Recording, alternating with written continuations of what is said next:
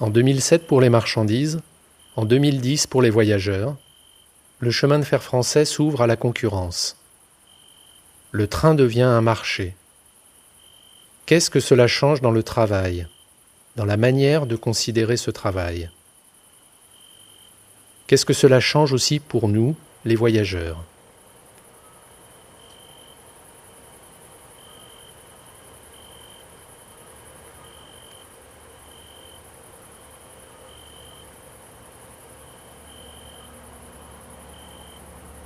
Le mot cheminot ne désigne pas un métier précis, plutôt un attachement à son travail. Il traduit le sentiment d'appartenir à une communauté. Il réunit ceux qui font rouler les trains. Cheminot parle aussi d'un lien avec la société tout entière. Dans le film des Frères Lumière, un train entre dans le champ vide de la gare de La Ciotat. Le train met la société en mouvement.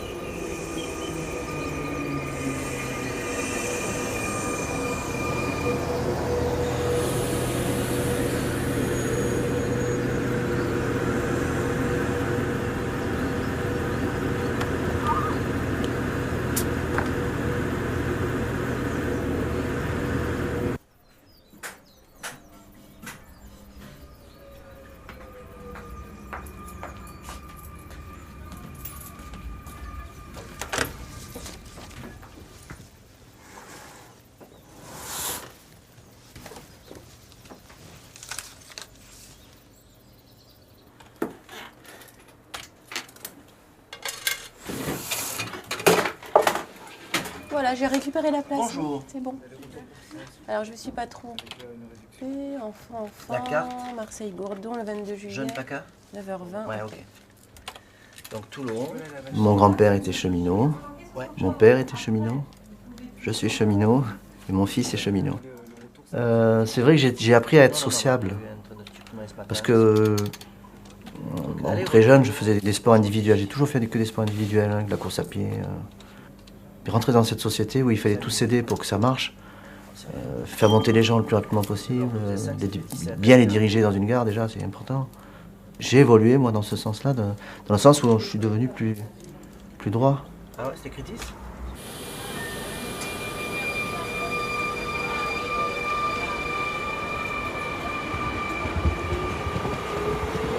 On est à Antibes. Après, peut-être qu'il faut interroger un chauffeur de bus. Eux, ils connaissent forcément. Hein, donc, juste en sortant à gauche. Sinon, plutôt, il y a Merci, au revoir. 9h24, mais il faut attendre 2 heures à Toulon. Combien?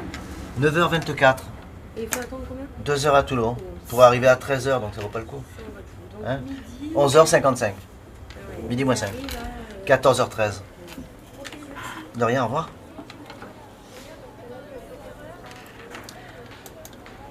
La NPE, c'est où donc? C'est dans la ville, la NPE? Forcément. La NPE? Ouais, Nouvelle La Ciotat. Ouais, je sais pas. Je suis jamais allé. Moi. J'ai eu cette chance là, je suis rentré où je peux le faire. T'as jamais pointé? Madame, bonjour. Bonjour.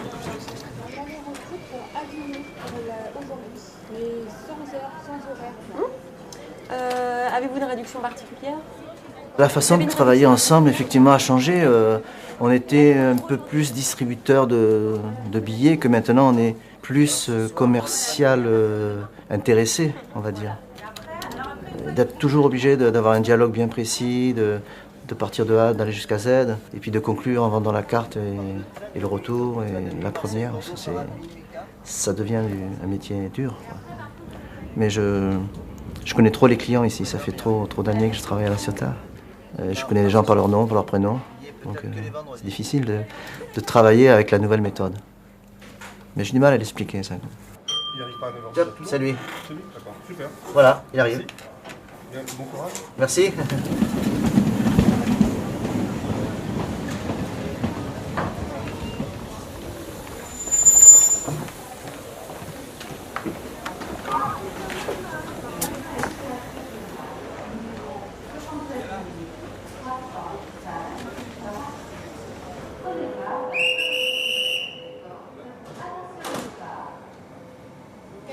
9,20 € en seconde ou 136,20 € en première.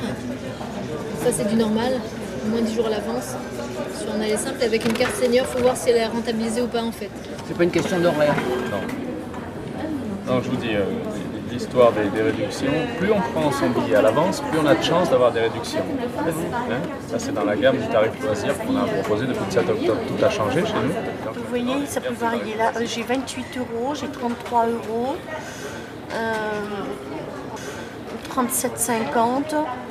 Bah, écoutez, je vais vous mettre 37,50 €, oui, ça peut varier encore plus. Donc soit vous payez le samedi 82,30 € en normal, soit vous payez 97,10 € avec cette carte qui est valable un an. Au lieu de la payer 56 €, vous payez tout inclus le billet à 41,10 € plus la carte 56. Alors ne tardez pas pour avoir les meilleurs tarifs, c'est toujours pareil. Vous n'avez pas bien saisi du tout. Vous voulez que je vous réexplique? Le train express régional numéro 17706 à destination de Paris, départ 15h05, partira Washington. Ce train dessert Miramas à Aignan de Paris. Votre attention s'il vous plaît. Madame, monsieur, nous vous rappelons de vous mettre malade. On apprend à vivre avec les autres, on apprend beaucoup sur l'être humain. Sur leur caractère, sur leur façon de réagir dans certaines situations. J'en ai parfois surpris, on est parfois heureux, on est parfois en colère. Regardez, je ne comprends pas pourquoi elle m'a compté 60 €, regardez. Là. En plus, je suis venue Selon dans un le trajet, TER, les j'ai pas pris un trains, les prix TGV. diffèrent, hein, ça. Non, parce que je devais venir dans un TGV. Oui. Je me suis trompée, j'avais pris un TER. D'accord. Les gens souhaitent la privatisation, la SNCF on en a ras-le-bol, la SNCF ne remplit pas ses contrats, donc c'est vrai qu'il y a du mécontentement. On ne peut pas aujourd'hui avoir une gare qui ressemble à une gare, il faut une gare qui attire le monde, qui soit à la fois une halle commerciale et un lieu où on peut prendre un train. Marseille à Toulon, vous cherchez la voie? Je vois pas le numéro du train en fait. Donc les gens ne voient pas l'accueil, ne voient pas la billetterie. Ils sont toujours en train de chercher les différents services. Derrière le mur, là. Derrière les commerces, on ne le voit pas d'ici. La gare, c'est une grande vitrine. Fanny, pour la régie, le 6070, il partira de quelle voie? Merci. Wash. Sergio, ne quittez pas. Dis-moi, pour le 17 714, Dijon vient de m'appeler. Ils n'ont pas de log pour le faire. Donc on va récupérer la log du 17 705 à l'arrivée, qui rentre à 10h54. Donc ça va faire short, hein, mais bon. Donc il faudra qu'on tire rapidement la rame pour récupérer la log du 705 qui fera le 714 au départ.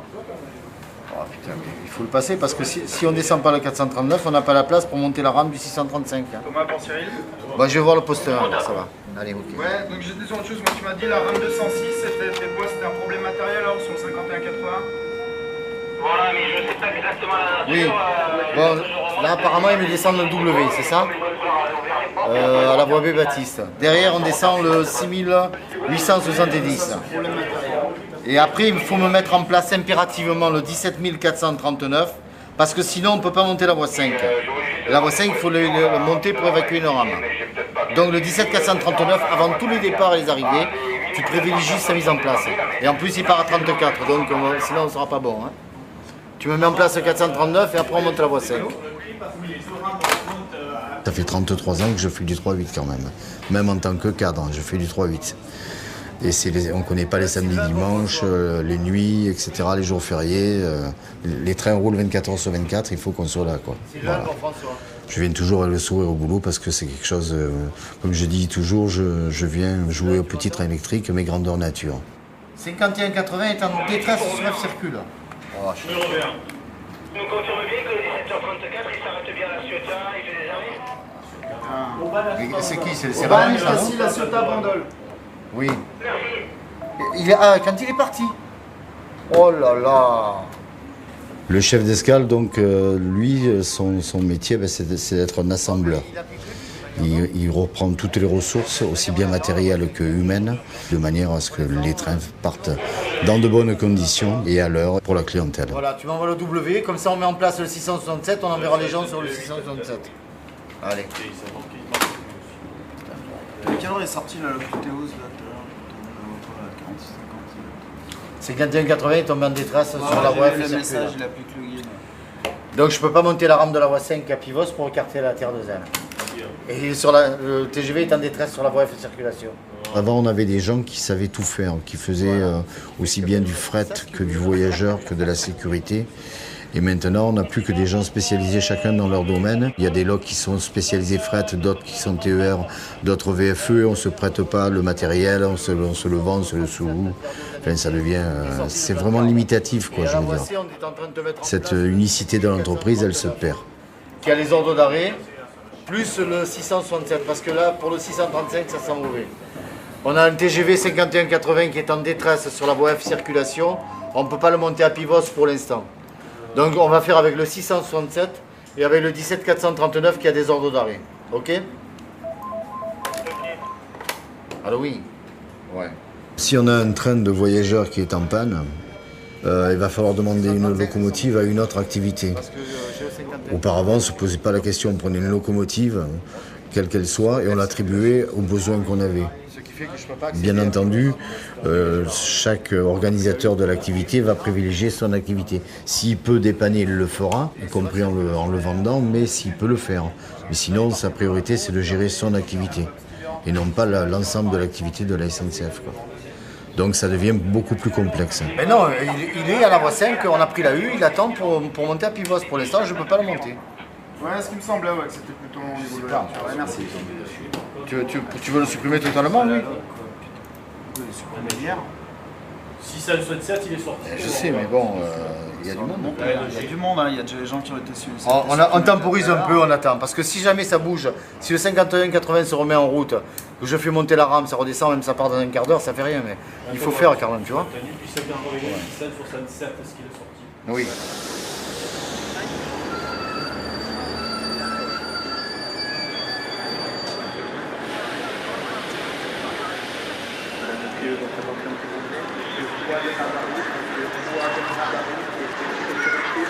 C'est une ville avec toutes ses composantes au niveau du métier et où forcément on a intérêt à travailler main dans la main pour qu'on se comprenne vite, parce que des fois il faut agir très vite. Donc il faut vraiment se connaître, avoir l'habitude d'échanger pour que ça aille très vite dans les prises de décision et dans l'action, quoi. Donc ça c'est très intéressant parce que moi je pense que c'est quand même efficace. Il est à l'heure le hier quand même? Ouais, il est à l'heure, ouais. Les gens qui vendent des billets, on ne côtoie plus les gens qui font de l'accueil, par exemple. Ça, la division a déjà entamé la relation. Il y a des gens que je ne connais même pas. Enfin, moi, ce qui me fait mal, quoi, c'est que je suis quand même quelqu'un de très sociable. Mais il y a quelquefois des cheminots qui sont habillés comme moi, qui travaillent à 20 mètres d'où je suis, qui traversent la gare et que je ne salue pas parce que je ne les connais pas. On va essayer de se faire une correspondance un peu sauvage sur celui-là. De quoi? Une correspondance un peu sauvage. Ah, tu dois faire une correspondance là-dessus? Il y a un hier qui touche à la voie 3. Mais il était temps que... À 3. Mais il n'y a pas de correspondance autorisée. Ah bon. Donc on le fait à la sauvage. Ouais, je t'écoute. Écoute, ça court à la voie 3, on ne peut pas faire d'annonce, on n'a plus aucune annonce sous gare évidemment, là le Stou vient de nous lâcher. Et là ça court en but de voie. Ah là, il y a un monsieur, il y a une dame un peu plus haut qui est. Allez, je m'avance en but là. Je vais en front de gare. Je vais aller les chercher. Toi, tu fais la séquence normale. Avec une sorte de Bermuda ou une jupe, je vois pas bien, rouge. Une jupe rouge? Elle est venue sous le tableau, elle est repartie ensuite. Il y a peut-être la fille avec la veste blanche et la valise noire à roulettes. Après elle, je pense que c'est fini. Vous arrivez de hier, c'est ça? Oui. Ouais, c'est celui-là. Stéphane, pour moi. Écoute. Ouais, j'ai vu la dame avec la veste blanche, la valise noire. Je lui ai demandé si elle arrivait de hier. Elle m'a confirmé, ça devait être la dernière. Ah bah c'est bon, écoute. Quand chacun des cheminots travaillera pour TER, VFE, ou peut-être Air France, ou peut-être Virgin, eh bien les choses seront encore pires parce que on ne travaillera plus pour le même prestataire de service, donc on n'aura même plus besoin d'échanger. Et ce qui est terrible, c'est que dans la relation, la solidarité, on va s'en foutre, quoi. Un gars qui arrive du TER, par exemple, et qui est à la bourre et qui doit prendre un train Virgin et qui le rate, eh bien, comment on va le traiter, ce gars-là? Virgin, il va dire, moi je m'en fous, hein. C'est pas moi qui est à la bourre, hein. Moi j'ai fait partir mon train à l'heure, hein. C'est le train TER, hein. Donc c'est à TER de se démerder. André, juste à la voie Lyon, il y a le 515 qui est tracé avec un quart d'heure là. Il y a un voyageur pour Toulon, du coup on est sur la Corrèze, voie L sur voie 5 et c'est le petit Alain qui attendra. Aujourd'hui, là où on met l'argent, c'est sur les TGV parce que ça remplit le plus de monde. Et après, sur les TR, eh ben, la SNCF n'arrive pas à mettre les moyens que la région, par exemple, voudrait avoir. Et donc les exemples, ils sont là, quoi. D'un quai à l'autre, vous avez un gars qui vient en gare tous les jours bosser, qui se prend au moins son heure de retard tous les jours, si c'est pas plus, qui est hyper excédé, qui voyage dans des conditions difficiles, parce que souvent il n'y a pas assez de voitures, donc ils sont coincés les uns sur les autres, ils peuvent même pas s'asseoir, ils font la moitié du voyage debout. Et en face, on a des TGV qui sont pratiquement tout le temps à l'heure, avec des prestations de service qui sont excellentes. Donc c'est ça que nous, on vit mal, quoi. On vit mal parce que cette séparation financière, elle sépare aussi les gens et elle sépare les voyageurs face à l'accès au train. Regardez ça parce que j'ai la voie G à faire partir, la voie H à faire partir et si en même temps il faut que je monte à la voie 5, ça va être trop dur. Pas de souci, mais à ce moment-là, dis-moi si tu vois juste la personne courir à la voie L et moi je ferai le reste de la fenêtre ici si tu veux. Ouais, ça va, alors s'il n'y a qu'une personne, je la verrai courir, je lui dirai, ça va. Sinon tu me dis.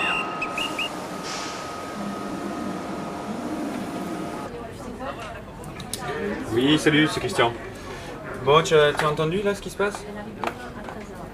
T'as pas écouté, on a un petit souci sur lequel? Le 119. Oui, le COT, bonjour, c'est Marseille. Dis-moi, j'aurais besoin de savoir si le 785 044, ça t'appartient. Voilà, j'aurais besoin de le récupérer parce que j'ai du matériel qui est HS. T'as pas du neuf pour 119? Ça, c'est une journée oblige. Ouais, dis-lui qu'il me tienne au courant rapido, cela. Ouais, je veux bien, parce qu'on a plus de matos là. Sinon, la solution, ce serait que je te supprime, par exemple, le 880 379 sur 378. Mais le souci, c'est que j'ai le 374 375 qui est déjà supprimé, donc ça va être gênant aussi.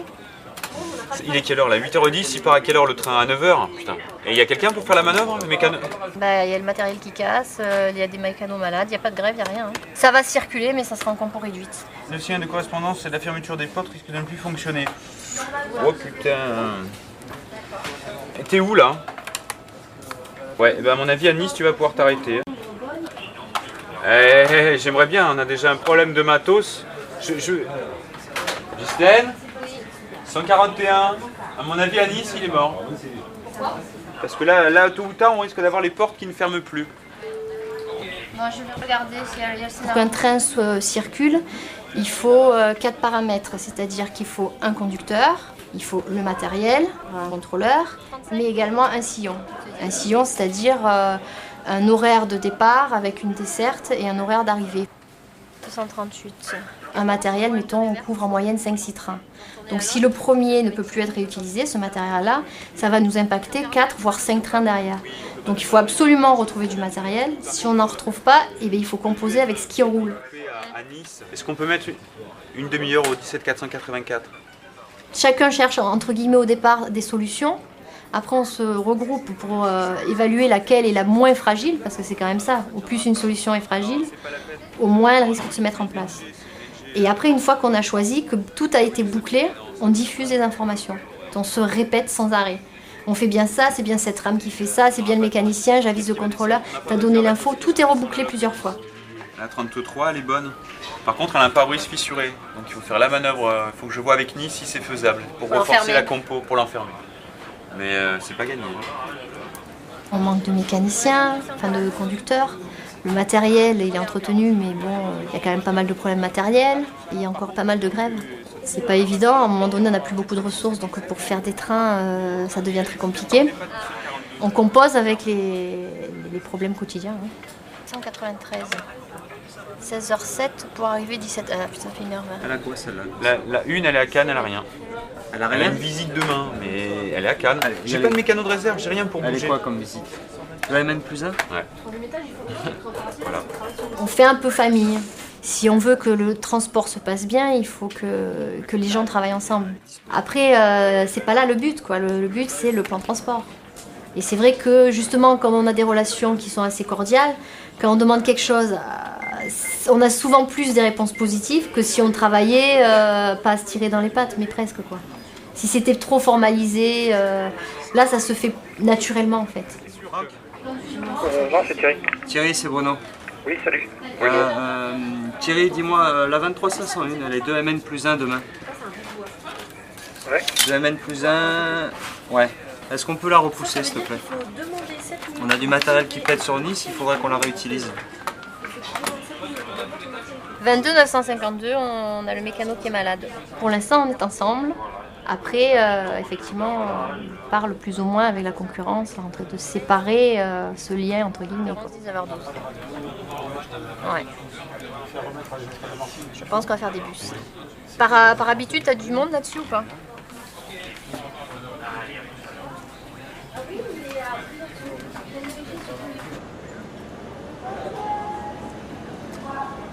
Parmi les cheminots, bien évidemment, il y a des métiers très différents. Mais ce qui les rapproche, c'est ce sentiment de faire une œuvre commune et d'appartenir à un service commun.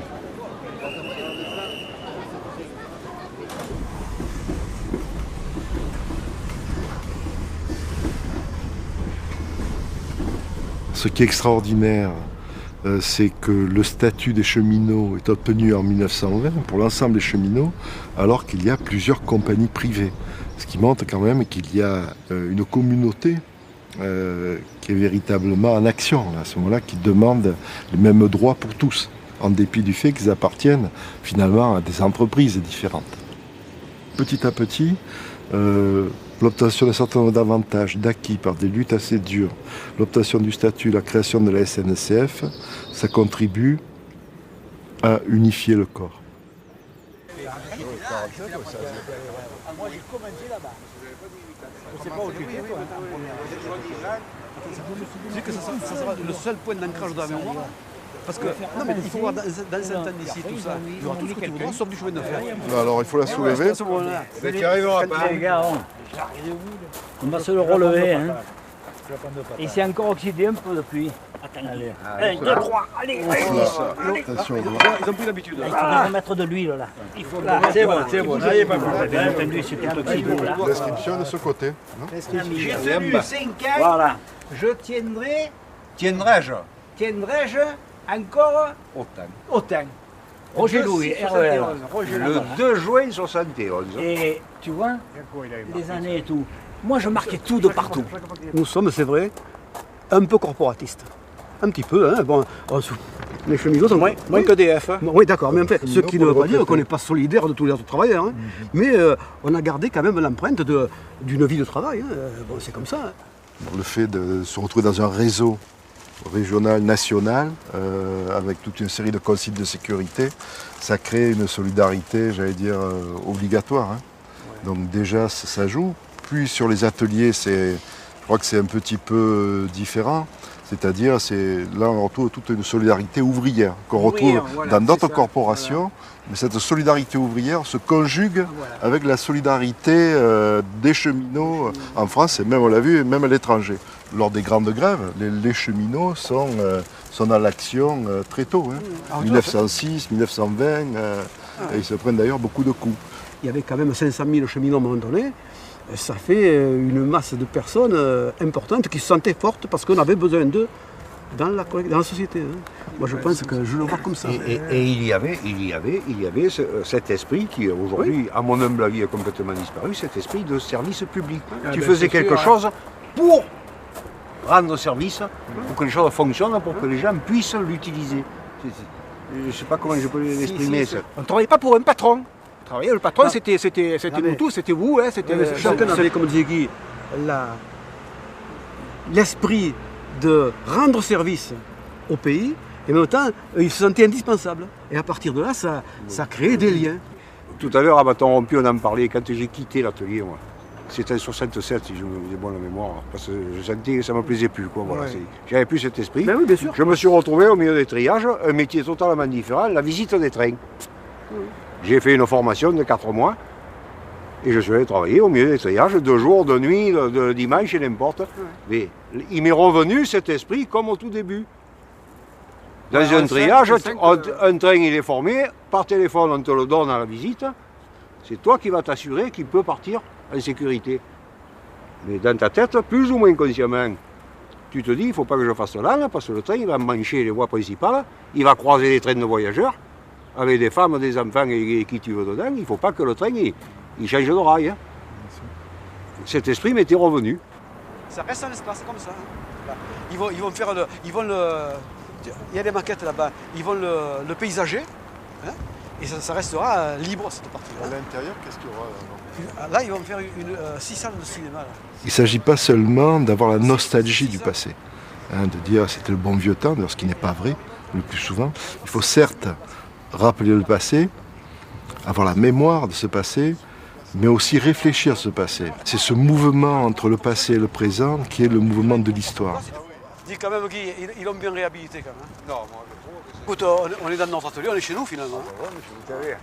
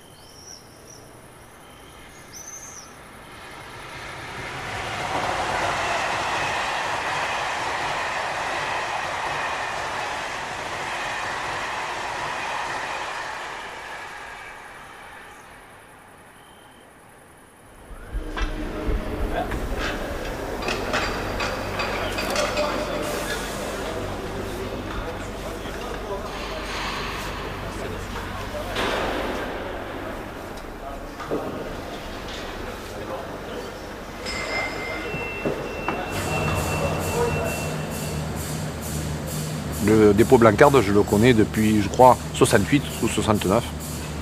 Parce que mon père me menait ici au travail, le dimanche. Alors, et puis je montais dans les machines, je me régalais.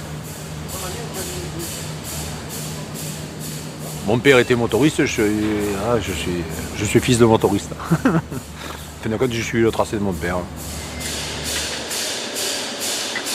Allez, tire. C'est bon.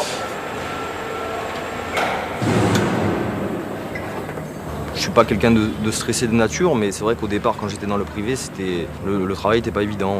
Et là, en arrivant à la SNCF, bon, ça fait que 8 ans que j'y suis, mais je suis tranquille, quoi. Déjà, se sentir bien dans son travail, être épanoui, c'est quelque chose d'assez fort, quoi.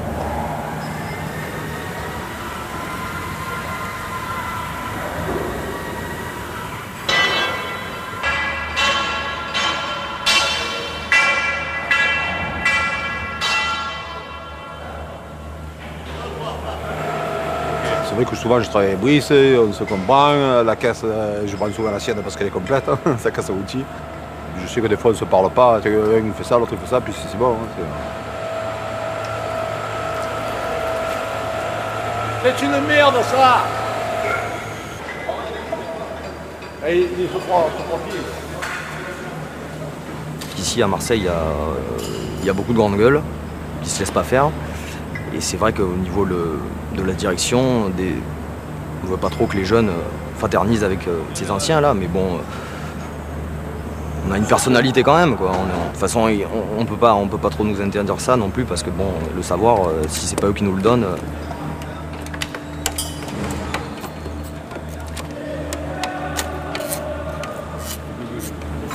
C'est-à-dire maintenant on demande du rendement. On demande de la performance, on demande d'aller le plus vite possible, quoi, de travailler dans des conditions qui ne sont plus comme elles étaient avant. On ne se rend pas compte, mais travailler dans l'huile, dans le gasoil, j'ai mal au dos, et c'est vrai que s'il y en a une qui, comme on dit vulgairement, il tire au cul, c'est pas... Donc il faut être quand même unis et avoir un bon lien entre nous. Hein. Ça, je le transmets.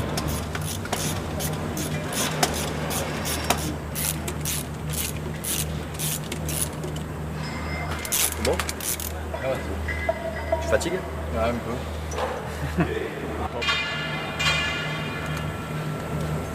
Parce que nous, on n'a pas connu la SNCF dans ces belles heures, on va dire. Et en étant arrivé un peu trop tard, aujourd'hui, maintenant, la vie est dure pour tout le monde. On ne gagne pas plus, voire moins que dans le privé. Pour gagner de l'argent, il faut soit faire beaucoup d'heures supplémentaires. Certains anciens ont du mal à le comprendre. Moi, dans l'avenir, je ne sais pas si ça va durer, cette fraternité qu'il y a entre les cheminots.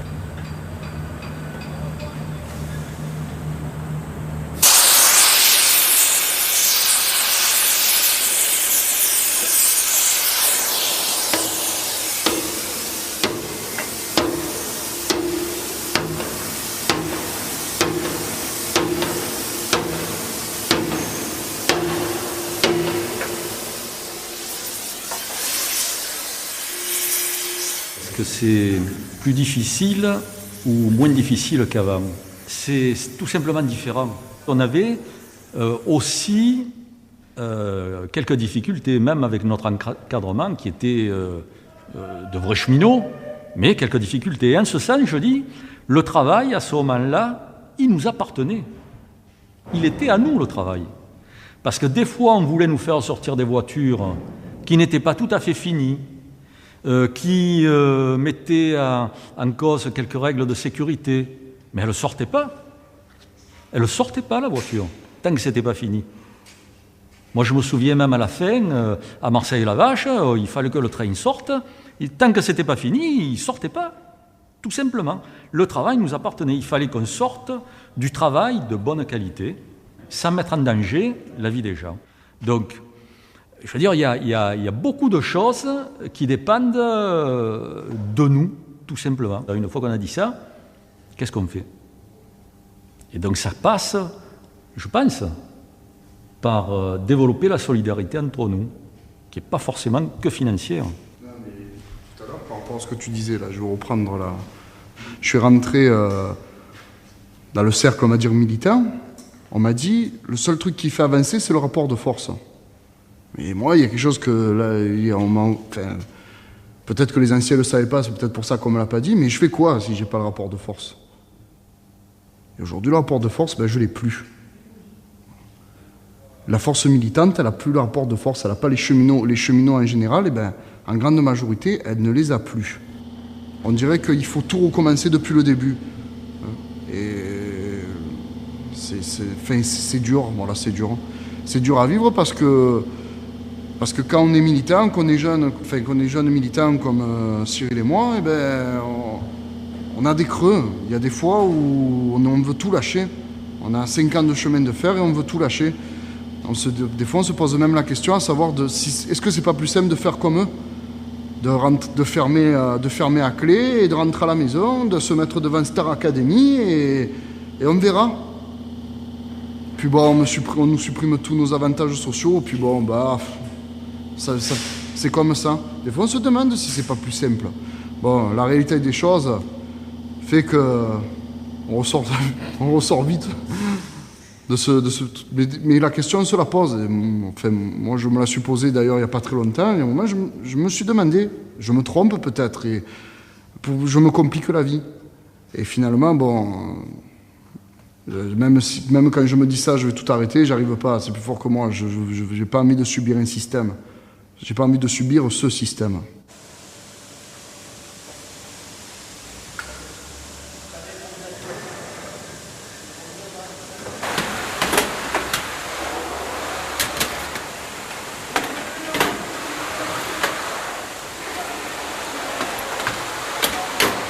On veut nous faire travailler comme une entreprise lambda. Et qu'une fois qu'on sort de l'entreprise, on ferme le rideau et qu'on ne pense plus chemin de fer. Moi, je vis chemin de fer. L'engagement ouvrier, l'engagement... Quand je regarde un peu mon passé et tout, je pense que ça fait partie de moi. Mais disons, il s'est accentué ici. Ici, j'ai appris à l'exprimer.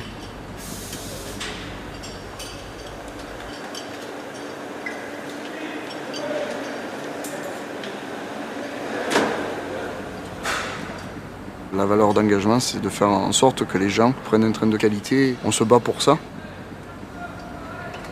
Aujourd'hui, si le travail n'est pas de qualité, c'est pas forcément notre faute. Moi, je vis mal parce que même des proches, que ce soit des amis, les gens face à nous, on a l'impression qu'ils nous prennent un peu pour des fainéants, des nantis. Quand les gens ils rentrent un peu dans notre univers, j'ai l'impression qu'ils arrivent à le comprendre. Des fois, par contre, les cheminots, ils ont du mal à l'exprimer. Ils ont du mal à l'expliquer.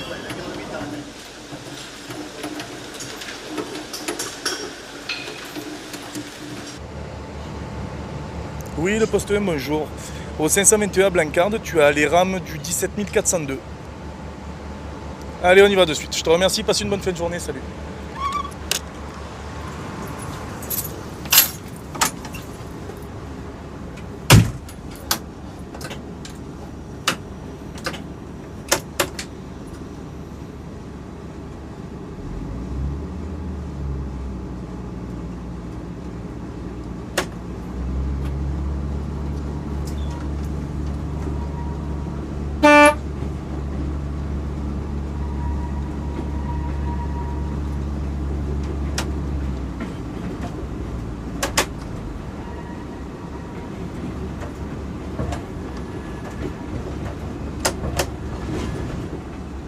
En cabine, c'est vrai qu'on est seul.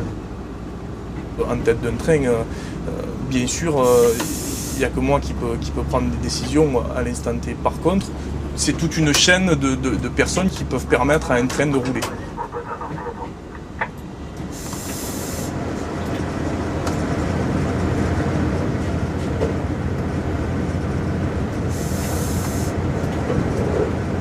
On ne peut pas se permettre que la sécurité d'un train repose sur une seule personne. Dès lors qu'un incident va se produire et que ce cas n'est pas répertorié, c'est souvent le cas pour nous conducteurs, c'est-à-dire qu'on se retrouve face à des situations où on est seul en cabine et où on doit prendre une décision très rapide. Dans ce cas-là, il n'y a personne qui boucle derrière nous, quoi. C'est ce qui fait que notre métier touche énormément à la sécurité.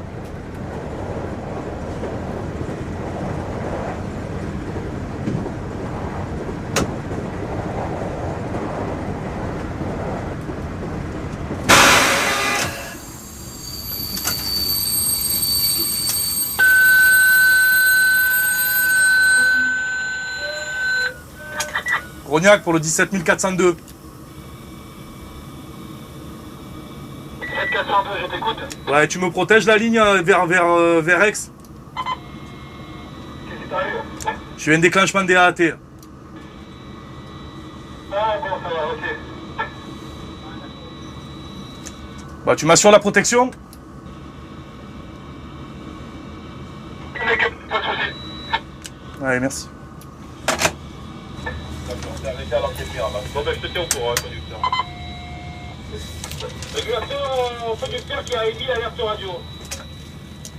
Oui, régulateur, bonjour, c'est le mécanicien du 17402. Oui, 17402, bonjour conducteur, je t'écoute. Voilà, j'ai eu une prise en charge DAAT à la sortie de la voie de la gare de Rognac. Donc par mesure de sécurité, j'ai émis l'alerte radio. Donc on m'a assuré que la protection était effective. Tu peux faire repartir les circulations. Allez, ok, je te remercie, conducteur. Bonne journée, terminée.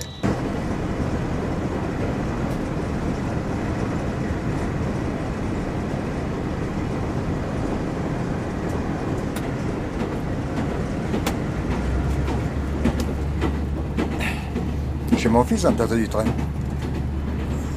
J'en ai dirigé déjà. Hein. J'ai mon fils qui est en tête du train aujourd'hui. Et ça, pour un père, c'est important. C'est pas qu'il soit en tête du train qui est important. C'est qu'il soit cheminot et qu'il fasse son boulot correctement. Et bon, on ne peut pas s'empêcher d'être fier. Et puis j'ai aussi ma fille qui est cheminote dans un autre service. Souvent, à la maison, il y a des engueulades à trois. Je suis entré comme apprenti à la SNCF en 1961. On était 274 000 cheminots. Le mot national avait une importance capitale. Hein. On se sentait, j'allais dire, responsable du transport parce que c'était le plus important sur le territoire. On se sentait responsable des liens physiques mais aussi des liens, toutes sortes de liens avec la population. Donc de ce côté-là, ça serait plutôt positif parce que moi j'ai entendu beaucoup de gens dire grâce à des entreprises comme la tienne, les gouvernements, quels qu'ils soient, s'attaquent un peu moins à nos acquis. En contrepartie, quand elles bougent trop, ben, ça embête tout le monde. Alors après, il y a la façon de gérer les conflits. Ce qui a peut-être changé du temps où tu y étais et de notre temps à nous, hein. La manière dont les conflits sont gérés. Peut-être qu'à l'époque, vous preniez plus de temps de nous écouter. Et... Non, on avait des conflits aussi. Non, mais bon, je crois que ce qui fait grandir une entreprise après un conflit, c'est lorsqu'on sait qu'on a établi des bases solides pour régler d'autres conflits éventuels. Les gens à la base souhaitent avoir des avancées sur certains terrains. Et puis nous, j'avais un certain nombre de responsabilités, mais je ne pouvais pas me permettre de laisser filer tout. Enfin, la question à la base, c'était qu'est-ce que c'est quel est le point sur lequel on n'est pas trop d'accord? On n'est pas trop d'accord sur les grèves. Allez, voilà. On peut adjuger. Allez.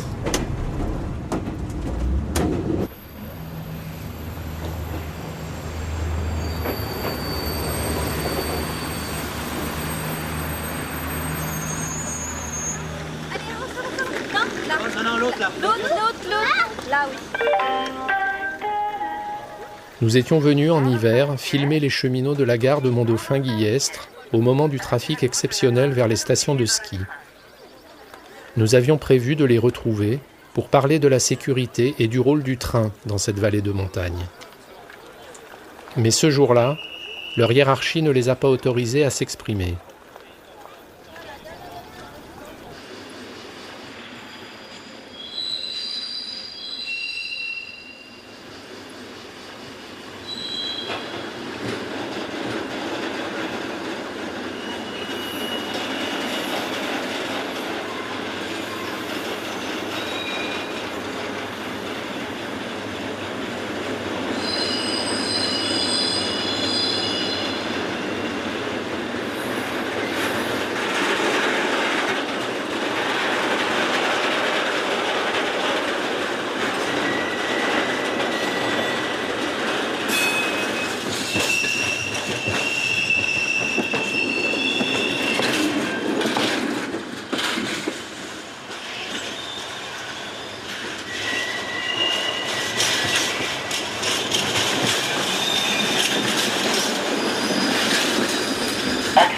Après, je suis coupé. Ah bah, sur la 13, Stéphane, bah, tu peux monter au poste 1. Tu pas sur la voie 12. Et on va te mettre sur la voie 12.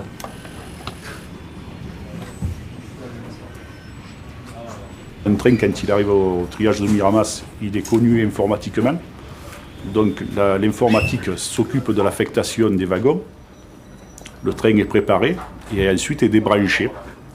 Et les wagons s'affectent sur différentes voies pour former des trains. Wagon 52, puis il va qu'à les 40. Oui, puisqu'il est tombé de toute façon. Les wagons 40 vont être tombés. Ouais. Qu'est-ce que tu as en boss là? Tu peux me donner le numéro qui est en boss? 0330 normalement, Christian. Le monde de cheminots sur Miramas, c'était une communauté. On vivait ensemble, les cheminots vivaient ensemble, avaient leur cité, avec le cabinet médical, la bibliothèque, le centre de jeunesse. On a connu le cinéma aussi. La plupart s'est retrouvés au niveau du travail. Ça a tissé des liens défectibles. La coupe devant, d'accord. David, bah, tu reprends la cadence. C'est 2 fois 1 maintenant. Allez, ok. La grande famille, ils sont en train de la diviser complètement. Ben, je vais prendre un exemple. Aiguilleur, il fait partie de l'infra, je fais partie du fret. On m'interdit d'aller toucher les installations de l'infra. Je ne peux plus toucher les manettes, pas d'émission. Ça veut dire quoi? On travaille dans un poste, on travaille tous ensemble, on est des cheminots, mais la direction a créé l'infra et le fret. Et partant de là, on n'a plus le droit d'aller toucher les installations, alors que mon premier métier, c'était ça. Mais heureusement qu'on n'a pas l'état d'esprit de la direction, parce que sinon, quand il y a un dérangement, on est solidaire. Quand le copain de l'aiguilleur de l'infra, il a un dérangement, on est là pour lui donner un coup de main, même si ça ne plaît pas à la direction. Mais bon, il y a un programme de travail à faire, à réaliser, on le réalise. On fait corps, il y a un problème, tout le monde fait corps. On n'est pas isolé. Même si on veut nous isoler, mais c'est dur. Ici, à 60 à Calais, le Cibelin. C'est bon, là Ouais, je regarde, je vérifie. Voie de la bosse, là, des mètres de bosse, tu auras la voie 63, voie 52, et tu auras 3 voies 48. Pourquoi 3 voies 3 48 voies 48. Moi, je te dis qu'il y a 3 voies 48. De la voie 48, on va aller sur la 22-12 pour faire le plein de Signaux-Bernard. Je l'ai mis à place, Philippe. On nous disait toujours, le privé arrive, le privé arrive. Et tant que tu ne le vois pas, tu ne peux pas te rendre compte. Mais par contre, la première fois où tu vois un train du privé arriver sur tes voies, ça fait mal au cœur, ça. Ça fait mal au cœur de voir arriver du Veolia, de l'ECR.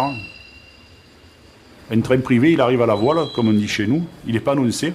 Le train circule, il doit venir à Miramas. Tu n'es pas au courant qu'il doit venir s'arrêter à Miramas. Tu n'as pas d'annonce. Donc l'opérateur fret, qui s'occupe de la gestion de son trafic fret, quand il monte son graphique, il y a une occupation des voies à respecter. Et quand le train du privé arrive, il prend la place d'un train fret. Ils arrivent à la voile, on dit. Ils ne sont pas annoncés, c'est des trains fantômes. C'est difficile à croire, mais c'est vrai.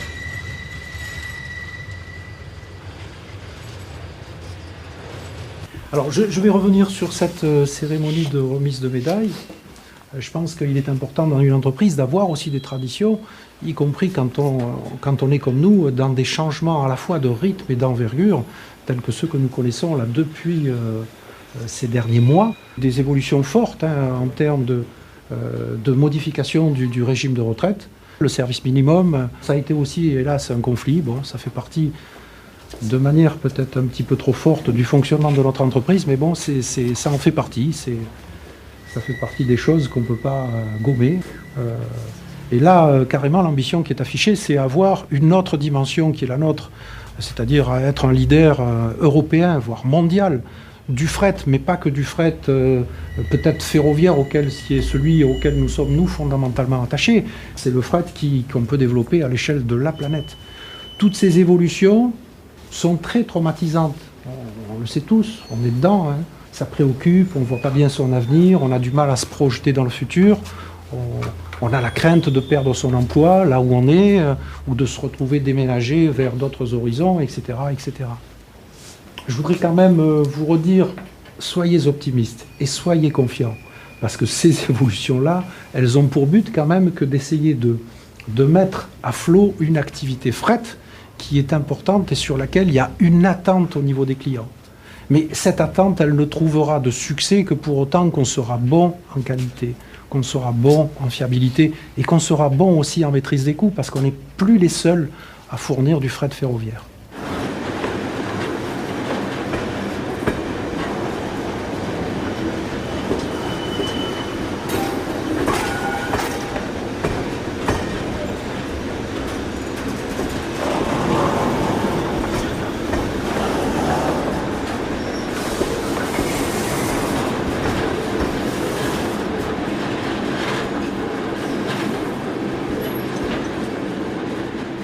Le site de Fosse-Gravelot, c'est la sortie du terminal à conteneurs. Terminal à conteneurs très important, on le sait, on le voit, et avec un trafic relativement important. Jackie, vous faites quoi derrière? Hier, on ne sait pas, c'est même pas ce qu'on doit faire de règle. Eh bien, ça promet. Non, ça va, c'était pour vous tracer. Je crois qu'on va aller, on va faire une voie de libre et je crois qu'on va aller à bout de tabac chercher les portes auto-chargées. Ok. Mon boulot, c'est principalement de suivre l'activité fret et de faire en sorte que toutes les circulations puissent se faire dans la sécurité la plus absolue. Bravo. Je suis en relation donc avec mes collègues du fret qui sortent et qui forment les trains. Tu veux que je t'ouvre pour boire le tabac? On organise la circulation en fonction des entreprises entrantes, comme faisait un policier avant au milieu d'un carrefour, et il donnait la possibilité à telle ou telle voiture de passer. Voilà. C'est exactement ça. Oui, Gérard, tu peux ouvrir le tabac. Heureusement que t'es là, Jackie, parce que je me sens seul. Si tu savais.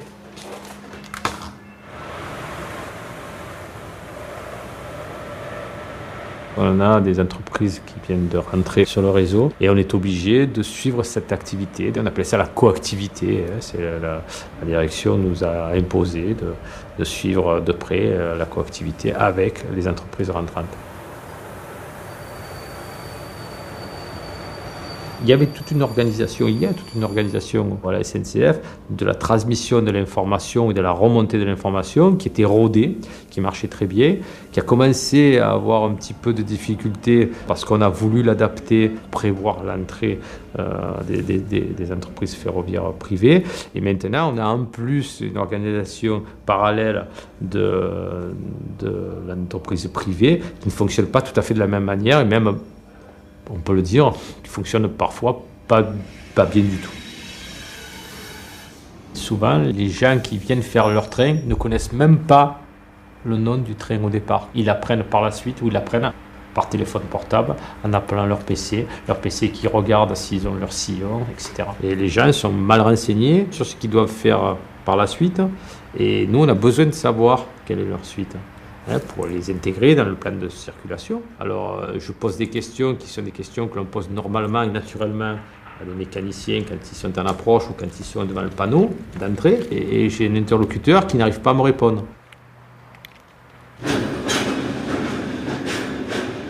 On s'aperçoit que leur système il n'est pas bon, quoi, et qu'ils comptent peut-être un peu sur l'empirisme et sur l'habitude et sur la force de caractère des gens et sur le professionnalisme des cheminots pour que ça passe.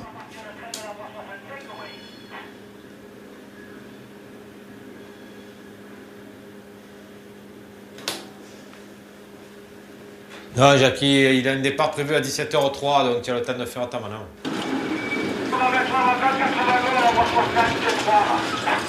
Allez, ok.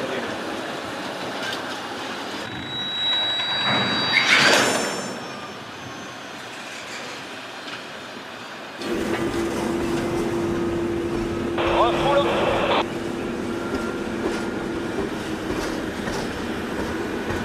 Refoule. Le transport est quelque chose de suffisamment sérieux, suffisamment important, surtout le transport ferroviaire, pour qu'il conserve sa dimension de service public avant tout. On ne peut pas mêler la sécurité du transport à simplement une question d'argent. Je crois que là, on va vers des gros soucis, des gros problèmes. Alors on sait déjà qu'il y a eu des accidents en France avec des entreprises ferroviaires, même s'ils ont été peu médiatisés, même s'ils ont été aussi que dans le coin, il y a des manœuvres qui ont mal tourné.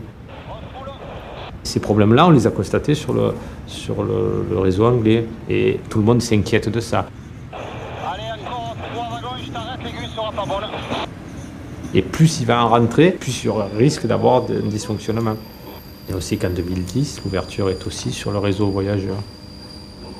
C'est peut-être là aussi que prend toute la dimension des réflexions que l'on se fait parfois. Est-ce qu'on prendra encore le train, sachant ce que ça devient? Nous les cheminots. Ravelot mécanicien 75 660.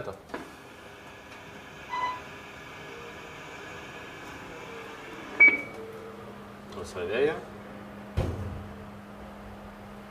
Gravelot, fausse Gravelot, appelle le mécanicien du 75 660 au panneau 500.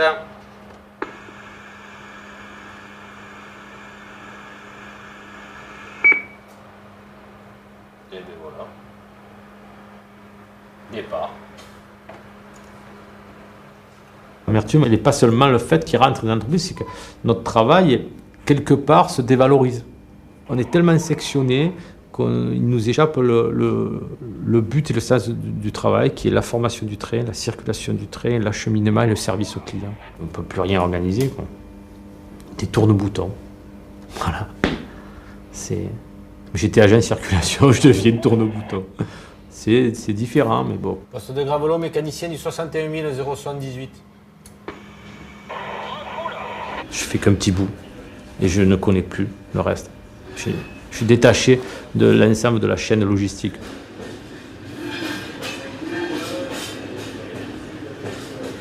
Moi, je m'étais bien réalisé dans mon boulot, j'avais pas de soucis, et je perds le goût du travail. Ouais, j'ai perdu le goût du travail. Il y a peut-être une partie de l'âge, mais il y a sûrement une partie de ce changement qu'on nous impose. Voilà, qu'on nous impose. Et puis, cette façon d'avoir été traités un peu comme des pions. Voilà. Alors que c'est pas une maison où on avait l'impression d'être un pion. Et on ressent ça amèrement.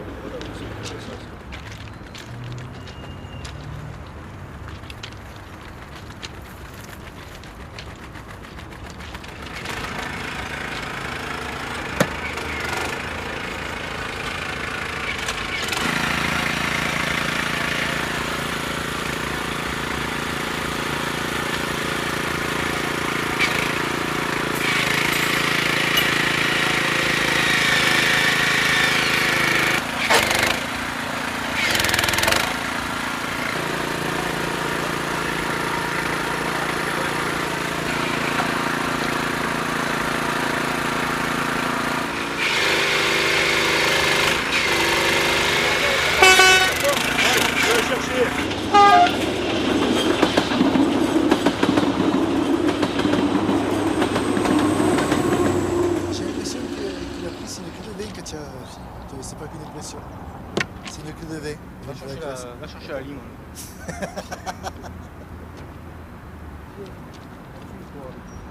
Ça roule.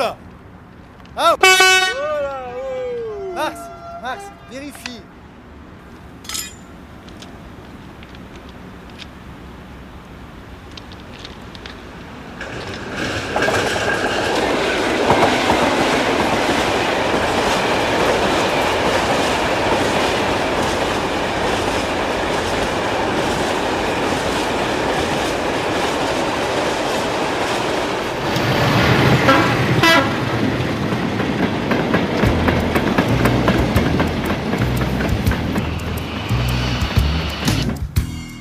Bonjour les gars. Bon, bonne nouvelle, vous n'allez pas aller bosser tout de suite. S'il vous plaît, j'ai quelque chose d'important à vous dire. C'est au sujet de votre nouvelle entreprise. Alors levez la main ceux qui sont attachés à Woodburn. Ouais. Bon, désolé les gars, mais ces informations ne vous concernent pas. Je vais donc vous demander de sortir. C'est un scandale de faire ça. Écoutez, les chemins de fer britanniques, vous tiendrez au courant, les gars. C'est vous raconterez plus... ce Non, qu'il a dit. tu ne leur Ça diras rime à rien du cette tout, c'est histoire. plus comme avant, Jerry. British Rail, c'est fini. Woodburn, c'est Norton Infrastructure. Et dorénavant, ils font partie de la concurrence, ok? Se contenter de faire le boulot, ça ne suffira plus. Ce temps est révolu, d'accord? Sale égoïste. Vous n'allez pas le croire. Là, je confirme, ils nous ont filmé. Les fondations de l'avenir. Dans le système concurrentiel où nous entrons, le client doit être au centre de nos préoccupations. Nous devons développer notre clientèle face à la concurrence et conserver nos nouveaux clients en améliorant sans cesse la qualité de nos services, en évoluant continuellement. Voici le moment idéal pour me présenter. Je m'appelle Will Hemmings et je suis votre PDG. Je voudrais d'abord évoquer un changement capital pour nous tous. Un changement qui sous-tend tous les autres et qui, j'en suis sûr, sera profitable. Il s'agit d'un changement de culture. Désormais, le temps d'un emploi à vie est révolu. J'ai de grands projets pour vous. Nous allons faire équipe. Vous et moi serons partenaires pour le progrès désormais. On a repéré les fouteurs de merde, ça y est? Quel fouteurs de merde? Les syndicalistes. Voilà. Ils ne foutent pas la merde. Je vous arrête, Bill, il n'y a plus d'accord de base. Nous avons fait table rase. Je crois qu'on ne peut pas ignorer des accords aussi anciens et aussi importants comme ceux pour la promotion et pour le licenciement. Dégage. Voilà. Elle est déjà signée. Si vous souhaitez écrire votre lettre de démission au-dessus, je l'accepte et nous n'en parlons plus. Eh oui. Ça me fait halluciner. On ne m'a jamais filé le budget pour... Franchement, ça me fait halluciner. C'est exactement T'as vu les avocats? Donc votre intérêt et le mien, bien sûr, c'est que le boulot soit parfait pour avoir d'autres contrats. On sera jamais assez nombreux, là. Et bien sûr que si. Non. Chef! Il y a une motrice qui vient de passer. Non, tu déconnes? Mais non. Ouvre tes feuilles de chou. Hein? Ouvre bien tes oreilles, mec! Ouais, j'essaie. La bétonnière, Mec! Quoi? Jimmy, il est blessé! Quoi? Jimmy, c'est Jimmy, il est blessé! Comment c'est arrivé, bordel? Il a dû être fauché. Merde, c'est pas vrai. Je vais appeler les secours. Attends, comment ça, attends? Si jamais ils le trouvent ici, on est mal. Ils verront qu'on n'a pas respecté la sécurité. C'est nous qu'on va morfler. Vas-y, passe sur là. Il y a trop de bruit. C'est un cadre qui fait faire voir le film comme ça. Ça devrait être obligatoire au niveau de la boîte, ça. Pour tous les connards qui le commandent. Vraiment un sale coup. Hein. Terrible, un terrible accident. Et l'enterrement, c'est quand? Lundi matin, vieux, à 11h30, il sera inhumé dans l'ancien cimetière. Et aujourd'hui, on est en train de virer comme les Anglais. C'est-à-dire que plus ça va, au plus on le fait pour avoir les chantiers, pour garder l'entretien des voies, pour pas qu'on ait des entreprises au milieu. Même nous, inconsciemment, on le fait. C'est-à-dire qu'on met moins d'annonceurs, on se démerde pour le faire au dernier moment, on s'arrange par téléphone avec les gars. Il y a plein de trucs qu'on fait tous, au fur et à mesure, parce qu'on a de moins en moins de monde. Si tu veux travailler en toute sécurité, pratiquement, tu n'as que les mecs qui sont annonceurs, mais tu n'as plus personne pour travailler. Je l'avais pas vu ce film, mais en fait, il me met mal à l'aise. En fait. Il me met mal à l'aise parce que en fait, c'est exactement, même dans les détails, en fait, c'est hallucinant. C'est ce qu'on vit petit à petit. Toutes les phrases, les termes. L'entreprise, elle s'appelle infrastructure. Nous, à la SNCF, pour l'instant, on est une grosse boîte, et nous, on était service équipement. Aujourd'hui, on est passé au service infrastructure. Aujourd'hui, on est en train de faire un appel d'offres pour travailler sur le port, alors qu'on y travaille jusqu'à présent. On est mis en concurrence avec d'autres entreprises. Et moi, j'ai assisté à des réunions avec nos patrons. Les discours qu'on a eu aujourd'hui, c'était de dire simplement il faut à tout prix qu'on coûte moins cher, qu'on soit plus productif. Les mêmes termes qu'on a entendus tout à l'heure. C'est tellement ancré dans nos mémoires qu'on a un statut, on a ça, etc. C'est la société française, ça ne peut pas nous arriver ce qui est arrivé chez les Anglais. Donc on refuse d'y croire. Et on voit qu'on y va de plus en plus, on va vers ce modèle-là, mais on fait comme si ça n'avait pas existé. On n'a aucune mémoire dessus. Toute l'année, on dit ça, vous êtes obligé d'y passer. On va faire ça parce que c'est une obligation. La boîte est dans l'obligation de faire comme ça. Il faut travailler plus, il faut faire ci, il faut ça, il faut renoncer à tel truc. Mais nous, aujourd'hui, on est au minimum pour que les trains roulent. Moi, je pense qu'on a le devoir de se battre là-dessus. On a le devoir de se battre. Et je pense qu'on peut arriver à leur bouger le cul, simplement parce qu'on est en train de nous faire un lavage de cerveau. Ça. The script was written by Rob Dauber, who was a railway worker. And we just tried to tell the story from the point of view of a group of men who work on the tracks, maintenance track workers, what the effects of privatisation were. And how they were transformed, how they were changed from men with a permanent job, a secure job, to agency workers, to subcontractors, to individuals. First of all, the subsidy that was given to the railways when they were owned by the public is much less than the subsidy now given to the private railway companies. So the private railway companies have a bigger subsidy than when the railways were nationalised, were owned by everyone. So if another country is thinking of privatising its railways, they should remember that it's more expensive. The second thing is there was a big problem with safety, which was hidden because a lot of people were working on the railways who were not qualified. The third thing to say is that the track company lost so much money as a private company that it is now nationalised again. Although the government says that it is, they don't use that word, but effectively it's owned by the state again. And it is a complete mess.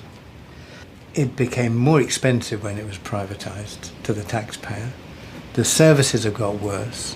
The fares have got massively more expensive. I mean, this is stupidity of a high order in pursuit of a kind of political dogma of privatisation. The problem that the British railway workers had was the fact their trade union was too weak.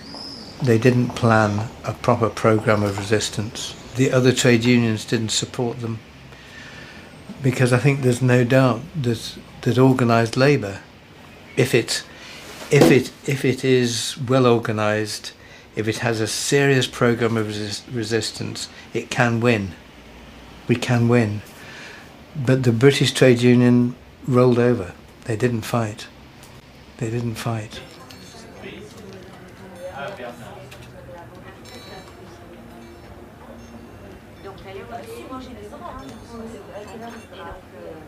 Alors ça, c'est une TGV. C'est Paris et Strasbourg. Et le nom, c'est Chypre.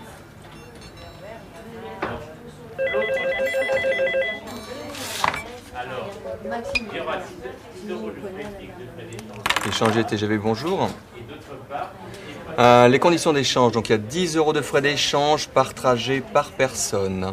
Votre nouveau trajet à l'aller peut être égal à 76,90 ou supérieur à 76,90 et au retour ça peut être égal à 61,90 € ou supérieur à 61,90 € parce que vous avez un tarif non remboursable mais vous conservez la possibilité d'échanger vos billets.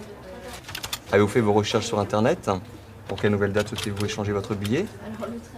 Alors le 16h46 n'est pas un train IDTGV, hein. Vous avez fait vos recherches sur sncf.com. Vous ne pouvez pas échanger un billet IDTGV contre un billet de la SNCF. Alors il y aura 27 € en plus à régler, mais vous partez quand? Là je suis bloqué par les disponibilités, il n'y a plus de place pour vous mettre sur le 20h16.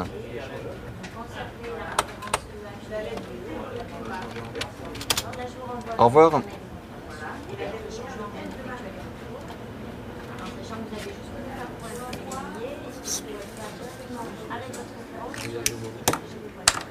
C'est comme ça.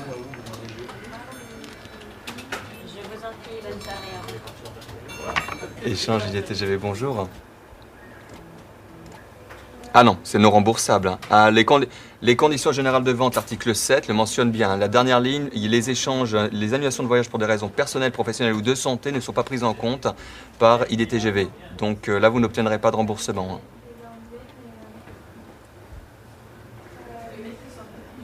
Ah oui, vous n'existez pas à la SNCF. Vous n'existez pas à la SNCF. Vous êtes sur IDTGV et en plus, vous avez coché la case « J'accepte les conditions d'échange » qui font mention de cela.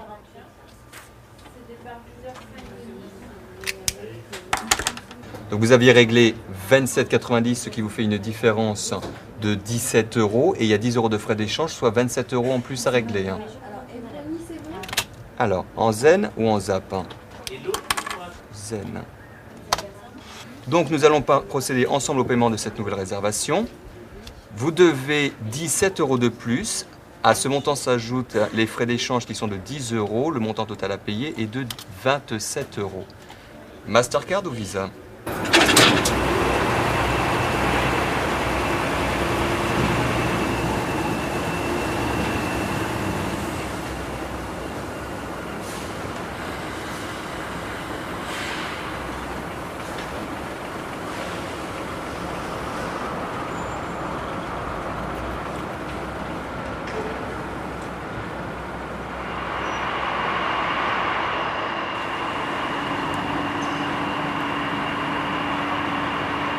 Moi je crois qu'il y a un mot, c'est le côté service en fait.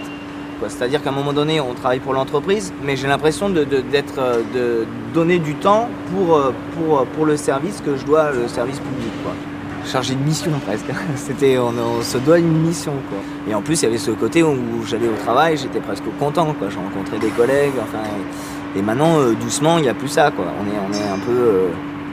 L'impression d'être pris pour une marchandise, enfin je sais pas, j'ai l'impression qu'on n'entend plus ce que je dis, quoi. On m'écoute plus, on m'entend plus, et que tout est dicté, et qu'il faut suivre, quoi. Il faut suivre et qu'on n'a presque plus rien à apporter pour changer ou pour faire évoluer quoi que ce soit, quoi. Et du coup j'ai l'impression que j'ai plus ma place, quoi. Et qu'on me veut plus en fait. Il y a 4 mois, j'ai pris la décision d'essayer de trouver d'autres pistes en tout cas et de sortir de cette boîte parce que j'ai l'impression qu'on prend un mur, quoi. J'ai l'impression vraiment qu'on prend un mur et moi dans ma vie, quoi, professionnelle, j'ai l'impression que je vois le mur, quoi. Et même dans le côté service de ce qu'on faisait, notre mission, quoi. J'ai l'impression qu'il y a plus ça, quoi. Il y a plus ça, donc du coup j'ai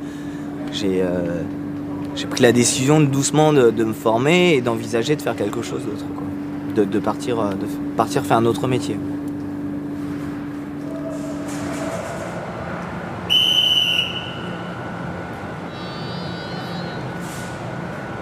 Je pense sérieusement qu'on prend de plus en plus de risques. C'est-à-dire qu'à un moment donné, on n'a pas de visite, c'est-à-dire qu'on a de l'entretien qui doit passer par temps, par kilomètre et Et ce qui nous fait qu'on avait une sécurité de circulation optimum depuis des années. C'était notre priorité, la sécurité. Et on sent que doucement, dans un but purement économique, ils nous grappillent, nous étendent les pas de visite. Et ça veut dire que des machines qu'on voit de moins en moins. Et du coup, je pense qu'on prend de plus en plus de risques.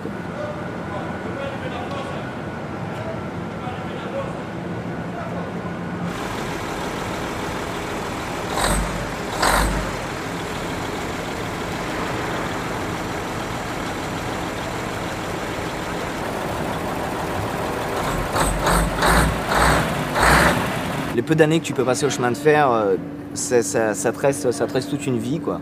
Donc le côté militantisme et le côté citoyen, je pense que c'est quelque chose que tu gardes forcément. Et donc en fait, même si je ne crois plus à la flamme à l'intérieur de l'entreprise, j'ai vraiment envie de militer autre part, quoi. Donc dans mes futures pistes et mes métiers que je vais pouvoir, je sais pas exactement comment ça va se passer. Ben, je militerai, mais dans des associations ou des choses comme ça, mais je garderai cette fibre de militantisme. J'ai besoin de ça quand même, ça fait partie d'un équilibre.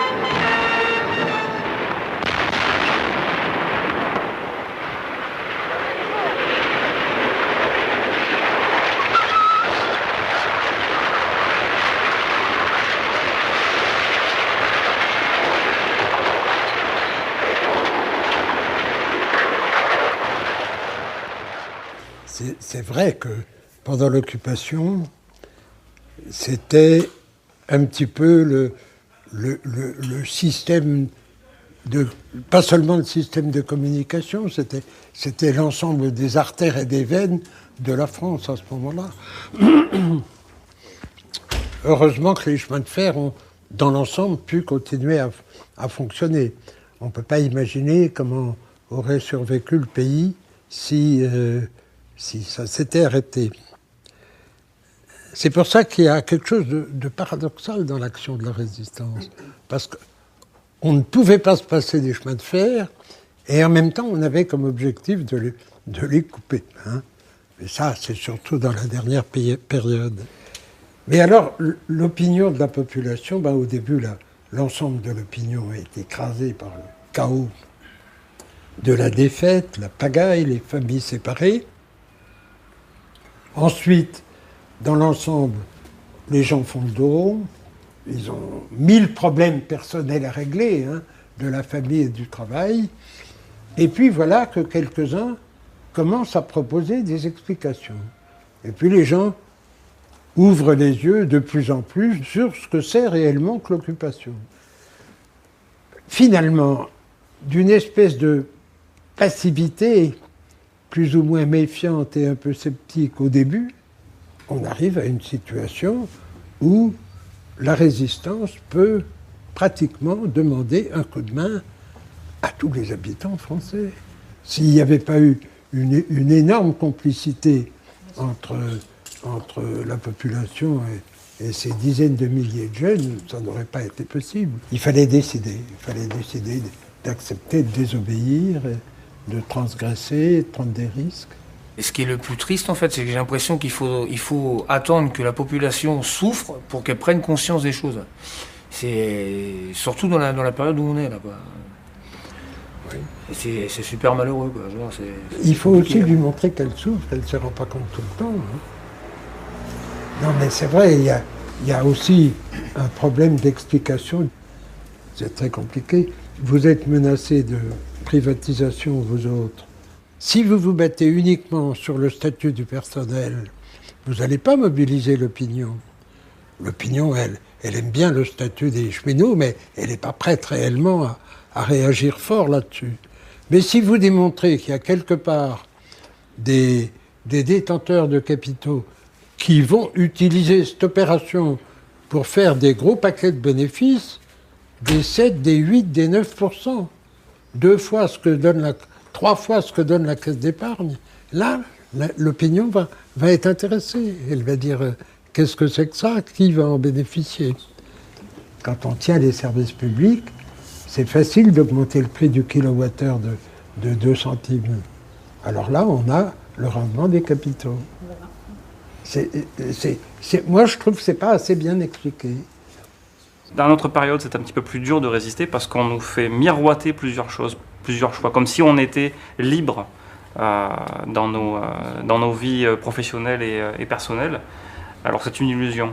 C'est une chose que j'ai appris, moi, c'est que les gens qui faisaient de la résistance, c'était tous des optimistes. On ne pouvait pas faire de résistance si on n'était pas optimiste, si on n'était pas sûr que ça irait mieux demain et qu'il fallait se bagarrer pour que ça aille mieux. Et si on ne répond pas de l'optimisme, on ne peut pas mobiliser les gens. On ne résiste pas réellement tout seul.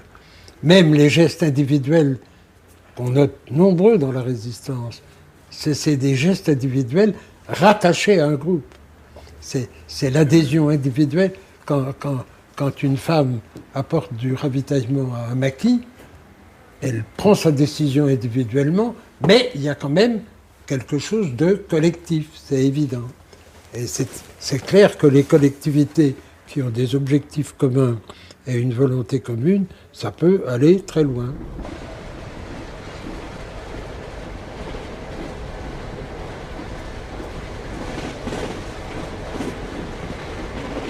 Durant son histoire, le train a unifié un réseau, une communauté et un territoire. Aujourd'hui, la libéralisation économique divise et isole. L'ouverture à la concurrence déstructure l'outil et les hommes. Le travail perd de son sens. Monsieur, dame, bonjour. On va contrôler les voitures de transport, s'il vous plaît. Merci. Bonjour. Merci, bonne journée. Tout au long de ce voyage, nous avons eu le sentiment d'un retour en arrière qui touche la société tout entière. Dans le langage cheminot, on ne dit pas reculer mais refouler. À force de refoulement, il nous faudrait renoncer à ce qui nous a construits, à ce qui nous réunit. Il nous faudrait renoncer à cette aspiration légitime, un transport en commun.